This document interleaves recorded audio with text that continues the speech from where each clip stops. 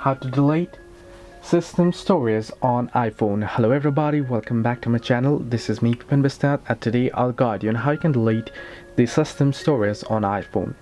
Now, if you're having issues or problem with managing your iPhone storage, then here is how you can fix it.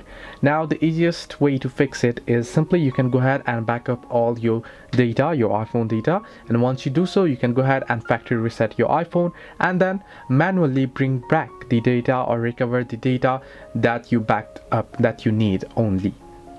Now, this might be a tedious process, but it's the easiest process to manage the storage on your iPhone. However, most people don't want to do that. In that case, what you can do is you can simply open up settings on your iPhone, right? Scroll down and head into general. Under general, you should be able to see the option that says iPhone storage. Now scroll down and you'll be able to see apps. Now you can go ahead and manage certain app data that you don't use or that you don't require anymore, and you can see for it. Now, beside that, you get random updates for your iPhone. So if you get random updates that takes a lot of storage of your iPhone, you can simply go ahead through here and see for any iOS 15 update, 16 update and such, and then you can go ahead and remove them or uninstall them.